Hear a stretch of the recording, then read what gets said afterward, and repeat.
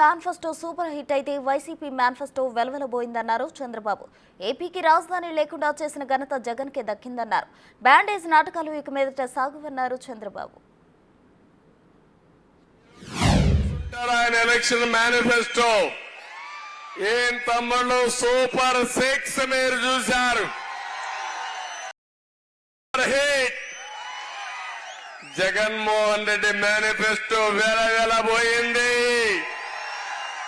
ఏమైనా ఉందా తమ్ముళ్ళు అని మిమ్మల్ని అడుగుతున్నా, ఏమైనా ఉందామ్మా అని మిమ్మల్ని అడుగుతున్నా, ఏమమ్మా ఆడబిడ్డలకు మీకు ఏమైనా కనపడిందా అని అడుగుతున్నా, ఏం తమ్ముళ్ళు మీకు ఉద్యోగాలు వస్తున్నాయని నీకు అడుగుతున్నా, రైతులు మీకేమైనా న్యాయం చేస్తానని చెప్పాడా అని అడుగుతున్నా.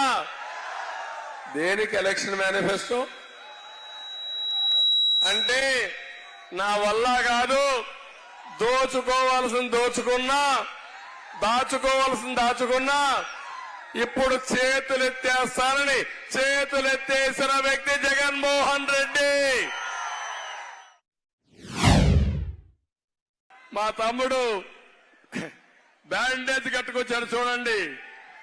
పాపం ఎవరో గులకరాయి వేశారు, తెలియని గులకరాయి, అందుకే పాపం కన్ను పోయింది. అక్కడ కంటి పైన కూడా బాగా దెబ్బతింది. ఈ దెబ్బతో బ్యాండేజ్ తీసి వచ్చాడు ఈరోజు జగన్మోహన్ రెడ్డి. నాటకాలన్నీ వదిలేసి ఇప్పుడు రాష్ట్రం అంతా బ్యాండేజ్ కట్టుకోవచ్చే పరిస్థితికి వచ్చారు. ఒట్టొట్టి నాటకాలు ఆడితే రాజకీయం జరుగుతున్న తమ్ముళ్ళు అవి కూడా దమ్మ ఆడుకుందాం.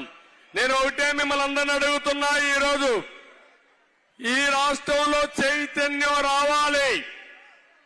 14 లక్షల కోట్ల రూపాయలు అప్పు తీసుకొచ్చి చేతులెత్తేసిన దుర్మార్గుడు ఈ సైకో జగన్మోహన్ రెడ్డి అని చెప్పి నేను మీ అందరికీ తెలియజేస్తున్నా. మన రాజధాని ఏది?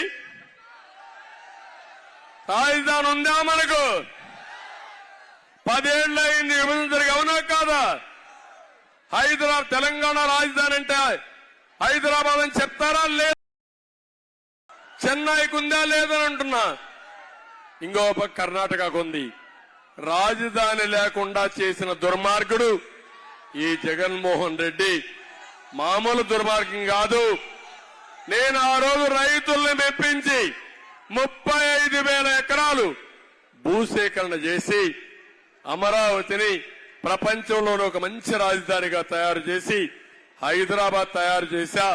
దానికి ధీటుగా మీ అందరికీ ఒక రాజధాని కడదామని సంకల్పించానని చెప్పి నేను మీకు తెలియజేస్తున్నా.